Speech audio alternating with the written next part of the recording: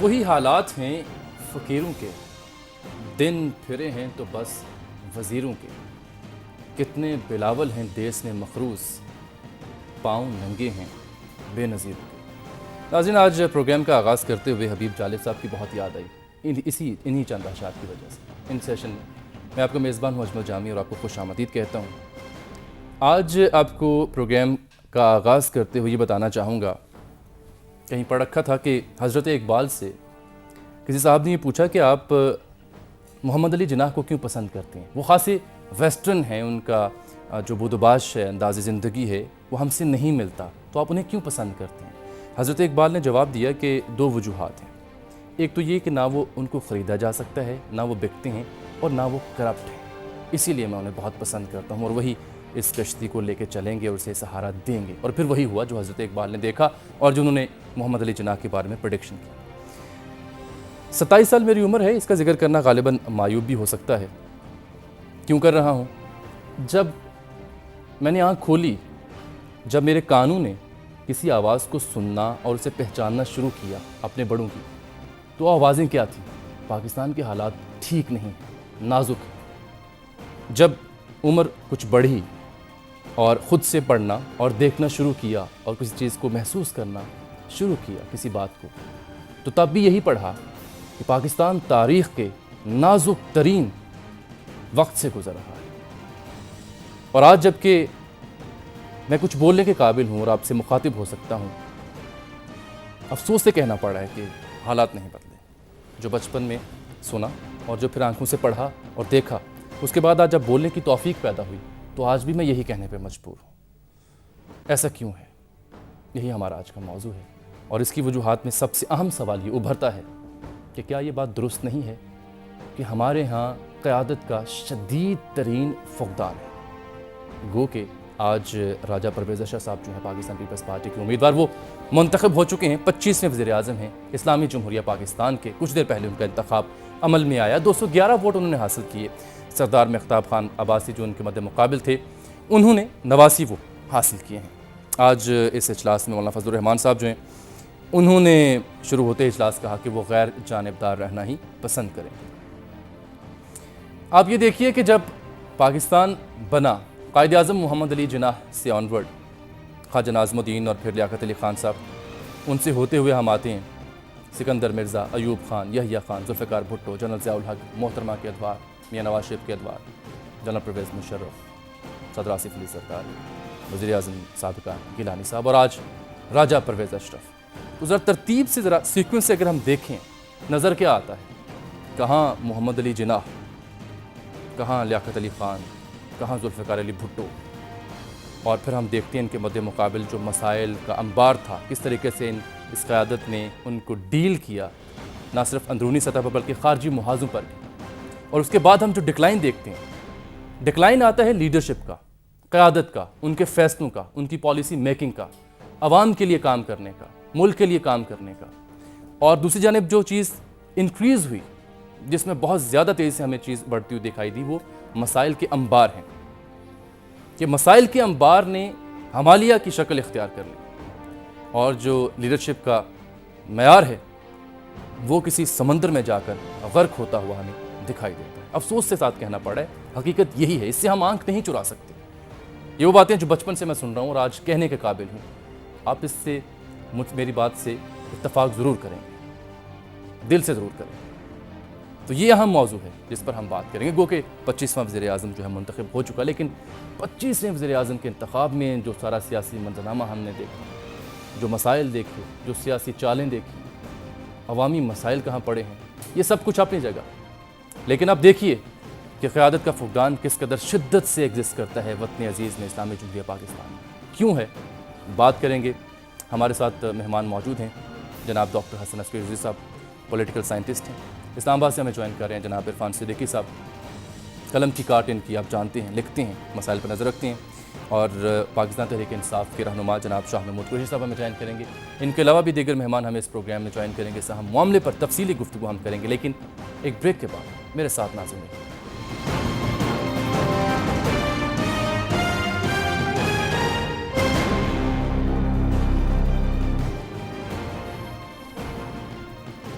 ناظرین، پروگرام ان سیشن میں ایک بار پھر سے آپ کو خوش آمدید کہتے ہیں۔ راجہ پرویز اشرف پاکستان کے وزیر اعظم منتخب ہو چکے ہیں۔ انہوں نے ایوان سے کچھ دیر پہلے خطاب بھی کیا اور اس خطاب میں انہوں نے یہ فرمایا کہ وہ وزیر اعظم یوسف رضا گیلانی جو سابق ہیں ان کو خراج تحسین پیش کرتے ہیں، جنہوں نے مشکلات کے باوجود آئین کی پاسداری کی، ان کو انہوں نے خاصا خراج تحسین پیش کیا اور کہا کہ انہوں نے آئین اور قانون کی بالادستی کو یقینی بنایا۔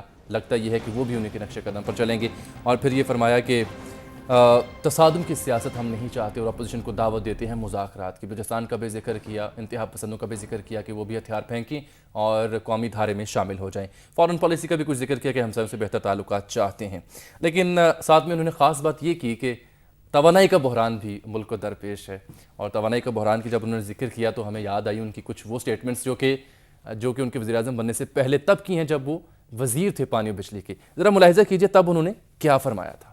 31 دسمبر جو ہم نے وعدہ کیا ہے قوم کے ساتھ کابینہ میں، ہاؤس میں، اور اس کو ہم انشاءاللہ تعالی جو ہے وہ پورا کر کے دکھائیں گے۔ جون جولائی تک جو ہے یہ 1200 میگا واٹ جو ہمارے سسٹم میں آ جائے گا۔ مجھے امید ہے انشاءاللہ تعالی گرمیوں تک سارے آئی پی پیز بھی جو ہے نا وہ ہمیں مل جائیں گے۔ دسمبر کا میرا خیال ہے جب میں کہتا ہوں آپ لوگ میری طرف دیکھتے ہیں ایک دفعہ پہلے جو میں نے وعدہ کیا وہ بھی میں آج وضاحت آپ کے سامنے ضرور کرنا چاہوں گا۔ ٹائم بھی میں دے رہا، میں یہ کہہ رہا ہوں کہ یہ شامل ہو جائیں گے۔ دیکھیں نا، اب اگر میں آپ سے یہ ایک ضرور بات کرنا چاہوں گا کہ شاید یہ سیاسی طور پر ایک غلطی تھی اور میں نے اس کو تسلیم بھی کیا ہے کہ میں جب وزیر بنا تو میں نے پوچھا کہ اس لوڈ شیڈنگ کا کوئی حل ہے تو اس کے لیے ایکسپرٹ بٹھاؤ اور مجھے بریفنگ دو، اور انہوں نے ایکسپرٹ بٹھائے، بریفنگ دی، اور مجھے ایک پیپر پیش کیا گیا جس پہ تھا کہ یہ پروجیکٹس آئی پی پی کے جو ابھی میں کہہ رہا ہوں آپ کو 1900 کچھ آئے ہیں، ان کا خیال تھا کہ یہ 3000 جو ہیں یہ دسمبر 2009 نہیں بلکہ اکتوبر 2009 تک آ جائیں۔ لیکن پھر بھی میں سمجھتا ہوں آدمی ساری زندگی سیکھتا ہے، تو وزیر اعظم صاحب کی آپ نے بات کی ہے تو انہوں نے یقیناً بالکل صحیح ایڈوائز دی تھی کہ پالیٹکس میں جو ہے وہ تاریخ نہیں دی جاتی۔ Mister speaker, I'm grateful to the member, honorable member۔ میں عرض کرنا چاہتا ہوں کہ میں نے یہ نہیں کہا کہ 31 جنوری کو لوڈ شیڈنگ ختم ہو جائے گی، اور میں تو سمجھتا ہوں کہ میں تو ایسا ڈھسا ہوں تاریخوں کا، اب تو میں بہت سوچ سمجھ کے بات کروں گا۔ میں نے یہ کہا ہے کہ 31 جنوری کو ہمیں ہائیڈرو جنریشن ملنی شروع ہو جائے گی اور اس سے حالات بہتر ہو جائیں گے۔ تو یہ یقیناً ایسے ہی ہوگا کیونکہ جس وقت ہماری واٹر ریلیزز ہوں گی تو ہائیڈرو جنریشن ہوگی، اور جو اس وقت مسئلہ ہے وہ بہت حد تک کم ہو جائے گی۔ 4 تاریخیں دیں، 4 مختلف سٹیٹمنٹس راجہ پرویز اشرف صاحب جو کہ پاکستان کے وزیر اعظم ہیں وہ ہم نے آپ کی خدمت میں پیش کی ہیں، اور اس کا تجزیہ کرنا یا اس پر کوئی نتیجہ اخذ کرنا آپ کی ذمہ داری، آپ کو سونپ دیتا ہوں۔ اور آپ کو یہ بتا دیتے ہیں کہ اب یہ وزیر اعظم تو منتخب ہو گئے، اور ساتھ میں ہم بات کریں گے پاکستان میں قیادت کے فقدان کی بھی، لیکن جو ابھی قیادت ابھری ہے، وزیر اعظم جو بنے ہیں، ان کو درپیش فوری جو چیلنجز ہیں ان کی ذرا ایک لسٹ ملاحظہ کیجیے گا۔ پاکستان کے اس وزیر اعظم کو فوری سب سے بڑے جو چیلنجز ہیں وہ کیا ہو سکتے ہیں؟ سب سے پہلی بات جو انہوں نے خود بھی فرمائی، توانائی کا بحران۔ نمبر 2 پہ پاک امریکہ تعلقات میں کشیدگی۔ نمبر 3 معیشت کی بگڑتی صورتحال جس میں ہم نوٹ چھاپ رہے ہیں، قرضے ہمیں نہیں مل رہے۔ اور نمبر 4 اداروں میں تصادم جس کی بات کی جاتی ہے، اور پیپلز پارٹی کہتی ہے ہم یہ نہیں چاہتے لیکن نظر دکھائی یہی دیتا ہے ہمیں۔ اور 5ویں بات نئے انتخابات کے لیے سازگار ماحول کی فراہمی جس کا ذکر بھی کیا راجہ پرویز اشرف نے، اور پاکستان تحریک انصاف اور نون لیگ بھی یہی مطالبہ کرتے ہیں کہ آزاد الیکشن کمیشن جو ہے وہ ہونا چاہیے۔ تو اس ساری صورتحال پر ہم بات کرتے ہیں۔ ہمیں اسلام آباد سے جوائن کر رہے ہیں جناب عرفان صدیقی صاحب، آج انہوں نے تحریر بھی اپنی لکھی، کالم بھی اسی موضوع پر تقریباً لکھا ہوا تھا۔ صدیقی صاحب بہت شکریہ آپ کی تشریف آوری کا۔ نئے وزیر اعظم کہتے ہیں کہ وہ خراج تحسین پیش کرتے ہیں یوسف رضا گیلانی صاحب کو، محسوس یہ ہوا ان کی باتوں سے کہ وہ بھی انہی کے نقش قدم پر چلیں گے، تو انجام ان کا کیا دیکھتے ہیں آپ؟ دیکھیے، یہ توقع رکھنا کہ وہ کوئی انڈیپینڈنٹ اپنا راستہ بنائیں گے یا کوئی انڈیپینڈنٹ پالیسی بنائیں گے یا ان کے آنے سے کوئی انقلاب آئے گا یا جو آلریڈی پالیسیاں چل رہی ہیں ان میں کوئی بنیادی تبدیلیاں واقع ہوں گی، میرا خیال نہیں ہے کہ اس طرح کی کوئی امید رکھنی چاہیے۔ گیلانی صاحب پیپلز پارٹی کے نمائندے تھے، اور پیپلز پارٹی کے جو اس وقت سربراہ ہیں عملاً صدر آصف علی زرداری، ان کی ہدایات کے تحت کام کر رہے تھے اور انہی کی فکر سے رہنمائی لے رہے تھے۔ یہ بھی صدر زرداری صاحب کا براہ راست انتخاب ہیں، انہی کی پالیسیوں پہ چلیں گے، انہی کے راستے پہ چلیں گے۔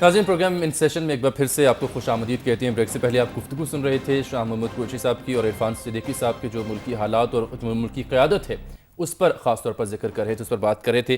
حسن نصری رضوی صاحب پولیٹیکل سائنٹسٹ ہیں، ان سے ہم بات کرتے ہیں۔ ڈاکٹر صاحب، کیا وجوہات ہیں کہ وہ ہمیں لیڈرشپ نہ مل سکے؟ کیا ہمارے یہاں پولیٹیکل نرسری ایگزسٹ نہیں کرتی، یا پھر ہماری بدقسمتی ہے، یا پھر وہ جملہ درست ہے جس میں کہا جاتا ہے کہ جیسے عوام ویسے حکمران؟ دیکھیے، اس کے بہت سے فیکٹر ہیں کہ پاکستان میں ایک لیڈرشپ کا کرائسس ہے، اور اس وقت کرائسس اتنا زیادہ ہے کہ جو پرابلمز پاکستان کو ہیں معاشرتی، معاشی، فورن پالیسی کے، میرا نہیں خیال کہ پاکستان کی موجودہ قیادت جو ہے ان مسائل کو ایڈریس کر سکے گی۔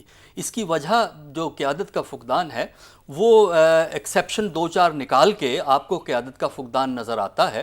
اس کی وجہ یہ ہے کہ کیا جو لیڈرشپ ہوتی ہے وہ ایک پولیٹیکل پروسیس سے نکلتی ہے۔ لیڈرشپ نہ آسمان سے گرتی ہے، نہ آپ کسی فیکٹری میں تیار کرتے ہیں، بلکہ ایک پولیٹیکل پروسیس سے نکلتی ہے۔ آپ نے اپنے انٹرو میں قائد اعظم کا ذکر کیا، آپ نے اس میں دیکھیے قائد اعظم جب قائد اعظم بنتے ہیں تو وہ ایک طویل سیاسی سفر کے بعد بنتے ہیں۔ ان کے سیاسی دور کا جو آغاز ہے 1906 میں انہوں نے عملی سیاست میں حصہ لیا اور پھر وہ قائد اعظم بنتے ہیں۔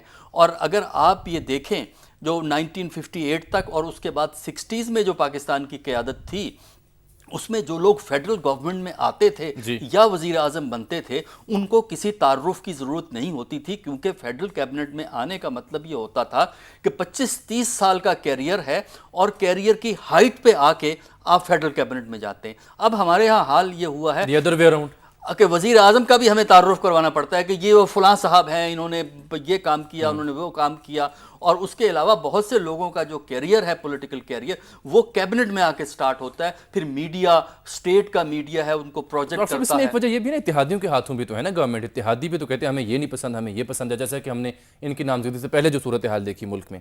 دیکھیں وہ پاکستان کی پالیٹکس کی پرابلم ہے۔ دیکھیں جب کولیشن گورنمنٹ ہوتی ہے تو اس وقت ہمیشہ آپ کو ایک کمپرومائز فارمولا اڈاپٹ کرنا ہے۔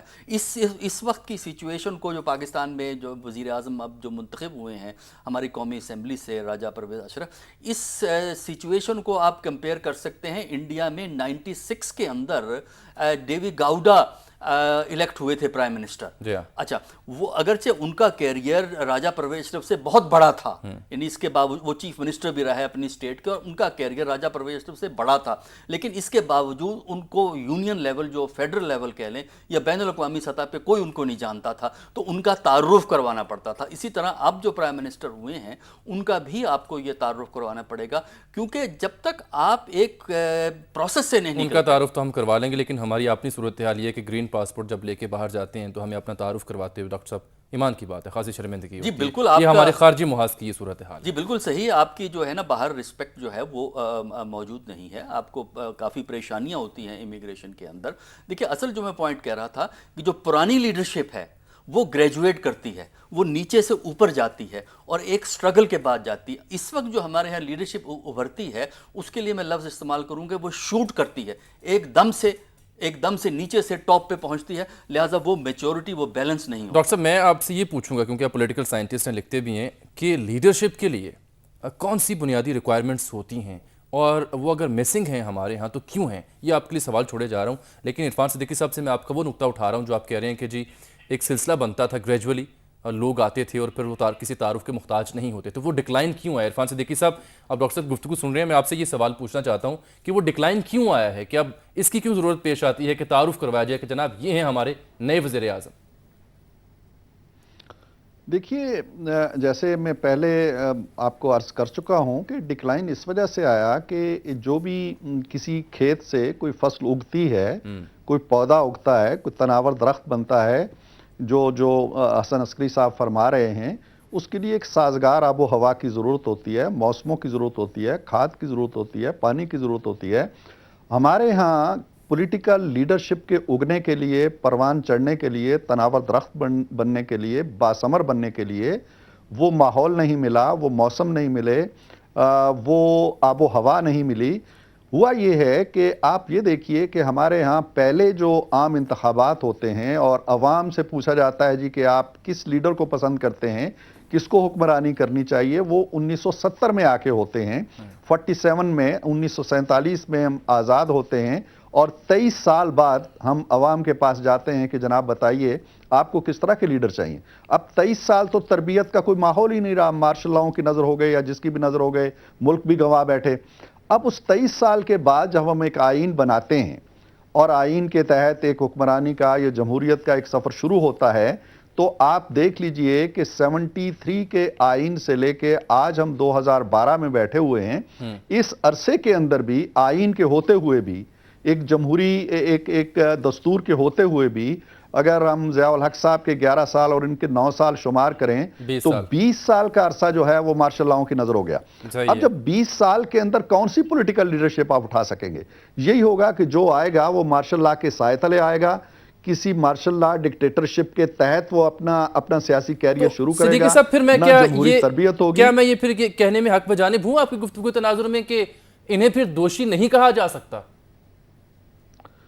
جی میں آپ کی بات کو پوری طرح فالو نہیں کیا, پھر دہرائیں گے. میں یہ کہنا چاہ رہا ہوں کہ آپ جو گفتگو کر رہے ہیں کہ 20 سال جو ہے وہ ڈکٹیٹرشپ کی نظر رہے, جو جواز آپ نے پیش کیا کہ کیا وجوہات ہو سکتی ہیں, تو پھر کیا یہ میں کہنے میں حق بجانب ہوں کہ یہ پھر دوشی نہیں ہیں, یہ قصوروار نہیں ہیں یہ سیاستدان جن سے ہم امید کرتے ہیں؟ نہیں, میں دیکھتا ہوں کہ قصوروار ہیں. مثلا آج کا ماحول دیکھیے کہ پیپلز پارٹی میرا خیال ہے کہ اس سے بہتر انتخاب کر سکتی تھی. پیپلز پارٹی کے پاس 123 ارکان ہیں اور ایسے ارکان موجود ہیں کہ جو اگر آج وزارت عظمیٰ کے عہدے پہ فائز کیے جاتے, ان کو نامزد کیا جاتا, تو شاید اس طرح کی گفتگو نہ ہو رہی ہوتی. بالکل ٹھیک ہے, آپ بالکل ٹھیک ہے, آپ میرے ساتھ ہی رہیے گا. بالکل ٹھیک ہے, میرے ساتھ ہی آپ رہیے گا نا. میں قریشی صاحب کو ذرا جی پلیز ایک چیز میں چلتے چلتے کہہ دوں قریشی صاحب تک جانے سے پہلے کہ یہاں ترجیحات اور ہیں. یہاں ترجیح ذاتی وفاداری کی ہے, اور ذاتی وفاداری کو آئین, دستور, جمہوریت, پاکستان, 18 کروڑ عوام, مسائل, بحران, ان سب چیزوں کو ایک طرف رکھ کے پرسنل لائلٹی کی کسوٹی پہ انسان کو پرکھا جاتا ہے. اور پرسنل لائلٹی پہ پورا اترنے والا کیا قومی تقاضوں پہ پورا اترتا ہے یا نہیں بہت بڑا سوال ہے, بہت بڑا سوال کو نظر انداز کر دیا جاتا ہے. جی ہاں, بالکل اچھا سوال آپ نے اٹھایا. اور ترجیحات کا آپ نے ذکر کیا, تو پاکستان تحریک انصاف اور نون لیگ کی ترجیحات میں اختلاف تو ہے, لیکن ایک نقطے پر اتفاق ہوتا ہوا ہمیں نظر آتا ہے. وہ یہ ہے کہ میاں نواز شریف صاحب نے فرمایا کہ جناب یہ کسی المیہ سے کم نہیں ہے ان کا نامزد ہونا, راجہ پرویز اشرف کا, اور تحریک انصاف بھی کچھ اس بات سے اتفاق کرتی ہے. شاہ ملک صاحب, آپ سے ہم جانتے ہیں کہ چلیں کسی ایک بات پر تو آپ دونوں کا اتفاق ہوا نا, نون لیگ اور پی ٹی آئی کا. کہ یقیناً دیکھیے افسوسناک, آج ہر پاکستانی آج فکر مند ہے کہ ہمارا معیار کتنا گر چکا ہے, آج ہم کہاں کھڑے ہیں, آج پاکستان کے چیلنجز کتنے بڑے ہیں, اور ان چیلنجز سے نبرد آزما ہونے کے لیے جو ہماری سیاسی قیادتیں ہیں وہ بونے ہیں. ان کی جو ذہنی وسعت ہے وہ کتنی محدود ہے, ان کے پاس کوئی ویژن ہی نہیں ہے. بتائیے آج جو اکنامک چیلنجز ہیں یہ میرے محترم بھائی اس کا کیا حل پیش کریں گے؟ میں سمجھتا ہوں کہ آج کے فیصلے نے ثابت کر دیا ہے کہ یہ اسمبلی بے معنی ہو کے رہ گئی ہے, اور واحد حل یہ ہے کہ قوم کے پاس جایا جائے اور نیا مینڈیٹ حاصل کیا جائے, اور نئے الیکشنز جو ہیں وہ قوم کے سامنے کروائے جائیں, اور قوم نئی قیادت کو منتخب کرے. مجھے یہاں یہ بھی کہنے کی اجازت دیجیے کہ آج پھر میں سمجھتا ہوں کہ ہماری اپوزیشن جو ہے اسمبلی میں بیٹھی ہوئی ہے, انہیں کردار ادا کرنا چاہیے. ان اسمبلی میں کچھ نہیں رکھا, ان سے باہر نکل آئیں, مستعفی ہو جائیں اور قوم کے سامنے جائیں, اور قوم کو نئی آپ نے جو گفتگو کی, آپ نے کہا ذہنی وسعت محدود ہے اور بونے ہیں, تو اس پہ بھی میں آپ سے سوال مزید پوچھوں گا, لیکن ناظرین یہاں پر وقت ہوا چاہتا ہے ایک بریک کا, ہمارے ساتھ ہی رہیے گا.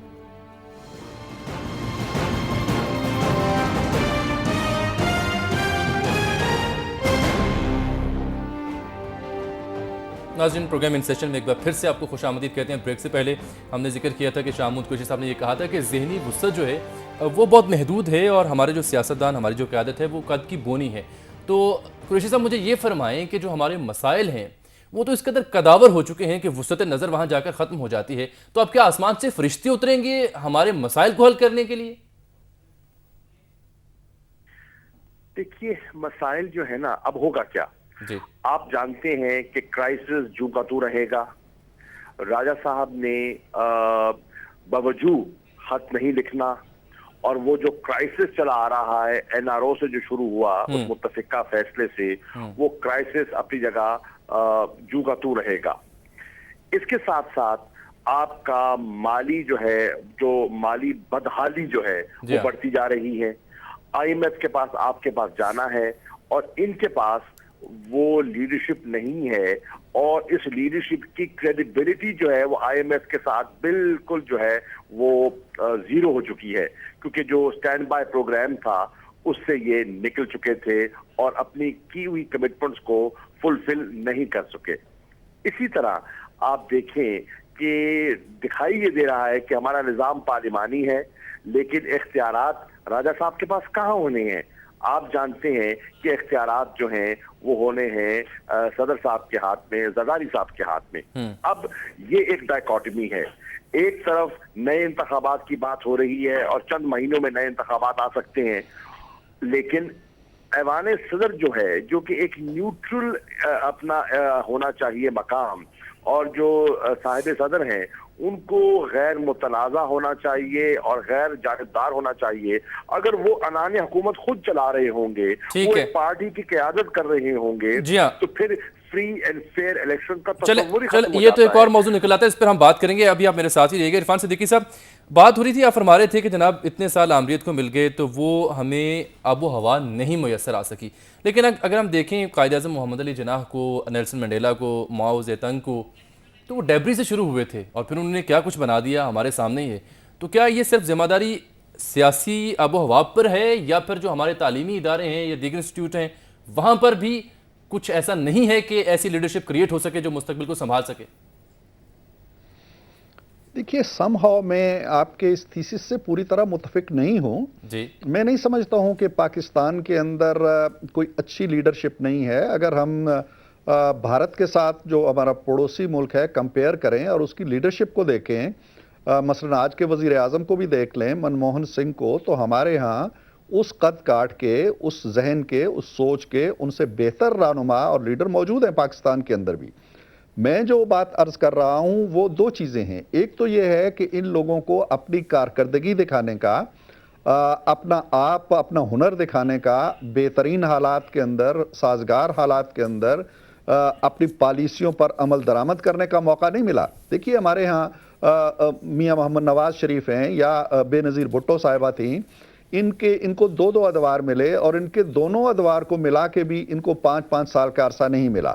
اگر ان کی کارکردگی کو چلنے دیا جاتا اور ان کو اپنی پالیسیاں امپلیمنٹ کرنے دی جاتی اور ان کو اپنے پروگرام پہ عمل پیرا ہونے دیا جاتا، تو میرا خیال یہ ہے کہ یہ قد کاٹ کے حوالے سے اور کارکردگی کے حوالے سے کوئی کمتر درجے کے لیڈر ثابت نہ ہوتے۔ اس وقت بھی میں سمجھتا ہوں پارلیمنٹ کے اندر، ایون پاکستان پیپلز پارٹی کے اندر ایسے رہنما، ایسے لیڈر موجود ہیں جو اچھی کارکردگی دکھا سکتے ہیں۔ اب دو چیزیں، ایک تو میں مارشل لاؤں کا ذکر کر چکا ہوں کہ جو بونی کے آتے ہیں، گملوں میں اگاتے ہیں اور انہیں پھر پانی دے کے پروان چڑھاتے ہیں، اور جب وہ پروان چڑھ جاتی ہیں تو کسی کو قتل کر دیتے ہیں، کسی کو پھانسی لگا دیتے ہیں، کسی کو جلاوطن کر دیتے ہیں۔ یہ مشغلہ ہے ان کا۔ تو وہ فارسی میں ایک کہتے ہیں کہ تراشیدم پرستیدم شکستم۔ عسکری صاحب زیادہ بہتر اس کو اپریشیٹ کر سکیں گے کہ میں خود بت بناتا ہوں، کچھ دیر اسے پوجتا ہوں اور پھر اسے توڑ ڈالتا ہوں۔ یہ مشغلہ رہا ہے ہمارا۔ تو اب اس وقت جو معاملہ زیر بحث ہے، جو شاہ محمود قریشی سے، انفارچونیٹلی ٹائم کا وقت ختم ہو رہا ہے، تو ختم کرنے سے پہلے چاہوں گا آپ کی اجازت سے کہ عسکری صاحب کو بھی ساتھ میں شامل کر لیں، آپ کسی بات کو آگے کنٹینیو کریں۔ جی ضرور۔ عسکری صاحب، انہوں نے جو بات کی اس کا بھی آپ سے جواب چاہوں گا۔ دوسری بات یہ ہے کہ فیصل صالح حیات صاحب، جن کا رجب پروفیسر صاحب کے جو تعلق بنتا ہے، ہم سب کو پتہ ہے رینٹل پارک کیس میں جو انہوں نے الزامات عائد کیے، خبر یہ بھی ہے کہ انہوں نے نہ صرف ووٹ دیا بلکہ اب خبر یہ ہے کہ وہ کیبنٹ کا حصہ بننے بھی جا رہے ہیں۔ جو عرفان صدیقی صاحب نے عرض کی کہ بے یقینی کی صورتحال ہے، سمبولیکلی اسے ایڈریس کرنے کی ضرورت تھی، ان اقدامات کے بعد تو وہ بہت بڑھ جائے گی بے یقینی کی کیفیت جو ہے۔ دیکھیے، بے یقینی کی کیفیت تو میرا خیال اور اعتماد کا مسئلہ یہاں آ جاتا ہے، اعتماد کی کمی کہی ہے نا، اعتماد کی کمی، بے یقینی کیفیت، تو وہ کوئی بھی پرائم منسٹر ہو، ان کی جگہ اگر پیپل پارٹی کسی اور کو بھی لے آتی تب بھی جو ہے نا اعتماد بڑھنا نہیں تھا۔ وجہ اس کی یہ ہے کہ گفتگو کے بعد ایکشن کی کمی ہے۔ اب پرابلم لوگوں کی یہ ہے کہ لوگ اتنے ایلینیٹ ہو گئے ہیں، عدم وابستگی پیدا ہو گئی، جب تک آپ کاغذ پہ بات کرنے کے بجائے ریئلٹی میں عملی طور پہ تبدیلی نہیں کرتے صورتحال میں، کوئی بھی وزیر اعظم ہو، یہ ہو یا وہ ہوں، ان پہ کوئی اعتماد نہیں بالکل کرے درست گا۔ بات کی، اور یہی میرے کلوزنگ ریمارکس ہیں اپنے ناظرین کے لیے جو میں نے پروگرام کا آغاز کیا تھا، جب سے سننا شروع کیا تب سے سن رہا ہوں کہ ملک نازک دوراہے پر ہے۔ اب ضرورت اس امر پہ ہے ناظرین کہ عملی طور پر ہم بھی کچھ کر کے دکھائیں، اور اپنا جو ووٹ کا حق ہے یہ واحد امید رہ جاتی ہے اس ساری نا امیدی کی صورتحال میں۔ ووٹ کا حق جو ہے وہ درست طریقے سے استعمال ہونا چاہیے، تبھی ہم تبدیلی کو لے کے آ سکتے ہیں۔ اجمل جامی کو آج کے ان سیشن سے اجازت دیجیے، اللہ حافظ۔